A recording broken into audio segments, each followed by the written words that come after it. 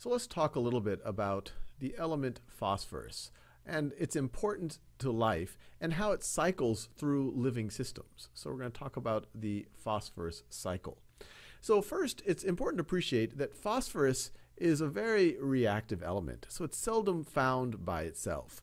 Normally, we find it in phosphate form. So this right over here, the orange, is a phosphorus atom, and it's bound to 4 oxygens right over here. And at least the way that it's set up right over here, it would have a -3 charge. And so this would often form ionic bonds with other things, or one of the oxygens can have a covalent bond, or you can form phosphoric acid where the oxygen's bound to hydrogens. But this is the general form that you typically find it. So that's the phosphorus that I'm pointing to, but this whole thing, we would call this a phosphate. We would call this a phosphate. And you see this showing up in very important macromolecules in biology. This is DNA, and both DNA and RNA have phosphate backbones. You can see the sides of the ladder, I guess you could view it as that way, or the backbone of our DNA molecules. You can see these phosphates there, and in the center of the phosphate you have that phosphorus, the phosphorus atom. Also over here, you have ATP. In biology, we study that. It's the powerhouse. It's the energy currency of biological systems. It stands for adenosine triphosphate. You have 3 phosphate groups right over here. And when you pluck one of those phosphate groups off, it can power reactions. It can change the conformation of enzymes. It can do all sorts of interesting things.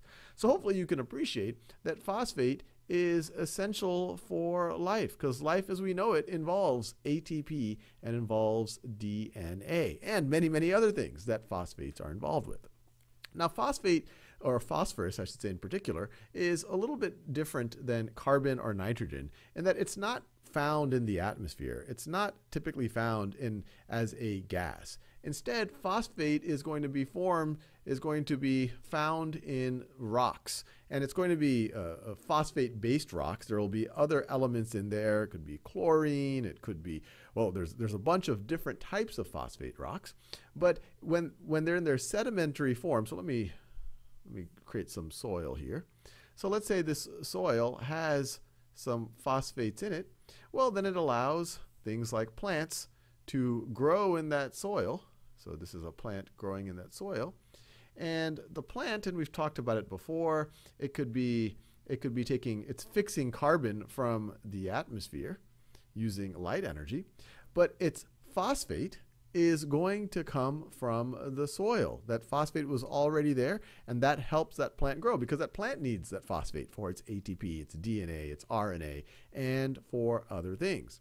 And phosphate is often considered a rate-limiting factor for the growth of things like plants. And that's why a lot of fertilizers will have phosphorus in them, or phosphates, and nitrogen's another one. So next time you think about fertilizer, you're fertilizing things in your garden, look at the ingredients. You will see phosphate there because that might be the scarce resource or the thing that is limiting the actual growth of the plant. And then you might say, well, I have ATP and DNA in my body. How do I get phosphates? Well, you get it by eating plants. So this is you eating a plant. So the plant goes back there. And how does this form a cycle?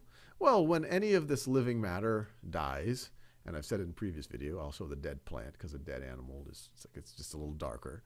So whenever you see, so this is a plant now, it's dead. Let's say it got buried somehow, some soil, so this is the dead plant right over there. Well, it's the phosphates in that plant can then go back into the soil. So you could view this as a very tight cycle. And the same thing would be once you die or I die. The phosphates, if we're buried, would go into the soil. But there could be other ways that the phosphate and the corresponding phosphorus gets recycled. You could think on a bigger scale, where you could have let's say there's a river.